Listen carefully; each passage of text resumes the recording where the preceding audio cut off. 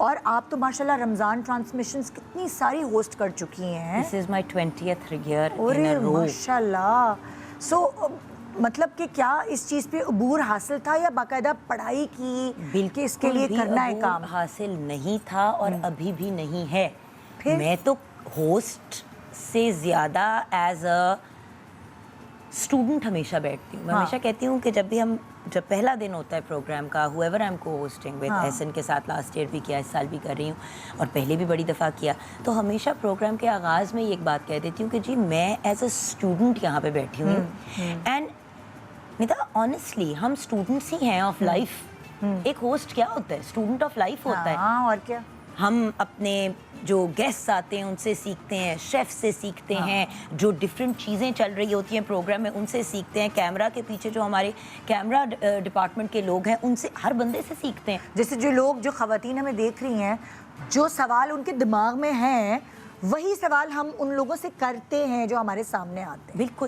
اور بڑی دفعہ جب پروگرام کا, بکاز میں کبھی بھی آپ جو لوگ جنہوں نے کبھی مجھے دیکھا ہے ہوسٹنگ کرتے ہوئے, اسپیشلی رمضان ٹرانسمیشن, میں کبھی بھی اسٹیٹمنٹس نہیں پاس کرتی کہ جیسے کہ یہ کہا گیا ہے, انلیس 100% میرے پاس شیورٹی ہو, ادروائز میں اوائڈ کرتی ہوں. بیکاز بات یہ ہے کہ بندہ سامنے جو بیٹھا ہوا ہے وہ زیادہ نالجبل ہے, اس سے سوال کر کے گائیڈنس لے کے بات کر لے, وہ 100 گنا بہتر ہے. اچھا جگن ایز این ایکٹریس آئی تھی, تو پھر پروفیشن اپنا کیسے سوئچ کیا؟ کوئی مجبوری تھی کیا؟ شوق ایکٹنگ کا کم ہو گیا تھا؟ یہ کیا ہوا ایک دم زندگی میں چینج؟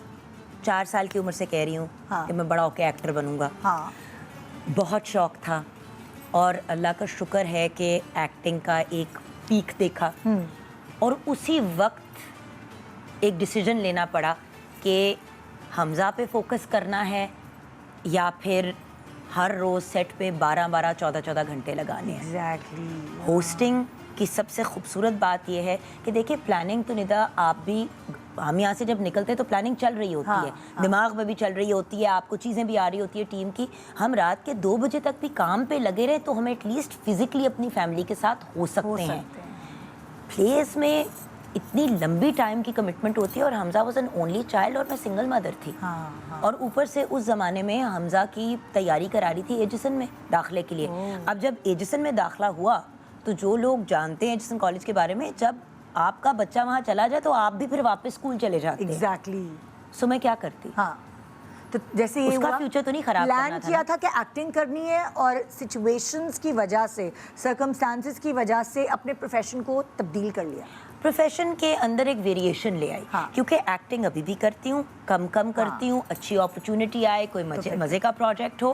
اور جس سٹیج پہ میں نے ایکٹنگ سے سوئچ کیا ٹورڈز ہوسٹنگ, آنیسٹلی کوئی 15 رولز کر چکی تھی انگریزی بولنے والی فاسٹ گرل کے, اور کوئی 15 رولز کر چکی تھی معصوم دوپٹہ مڑوڑنے والی. 1 منٹ اینڈ ہاں جی, طلحہ باٹلا میرا سر پھاڑ دے گا جب میں اس کے کپڑوں کے ساتھ کر رہی ہوں, سوری طلحہ. اچھا, سو بات یہ ہے کہ مطلب یہی 2 رولز تھے کہ چوٹی بنا کے مطلب بڑی بڑی آنکھیں اور ٹسوے بہہ رہے ہیں, یا پھر کیونکہ مجھے انگریزی آتی تھی اور جینس پہنتی تھی تو انگلش بولنے والی فاسٹ لڑکی جو انگریزی میں بدتمیزیاں کرتی ہے. کتنے کرتی وہی رول. تو اس لیے جو ہے نا آپ نے کہا کہ بس اب کتنا کروں, یہ اب ہوسٹنگ کرتی ہوں, ذرا پیسے بھی کماتی ہوں, بچوں کو بھی ٹائم دیتی ہوں, فیملی اور پروفیشن کریئر دونوں کو ایک ساتھ لے کے چل. یہی سوچ میری بھی تھی. میں وہی کہہ رہی ہوں نا کہ میں نے ہی نہیں سوچا ایسا, جگن نے بھی ایسے ہی سوچا. کہ بات یہ ہے کہ دیکھو جان, جب ہم نے کام شروع کیا اس وقت ہماری سچویشن فرق تھی. بچہ پیدا کرنا ایک چوائس تھی, ایک ڈیسیجن تھی.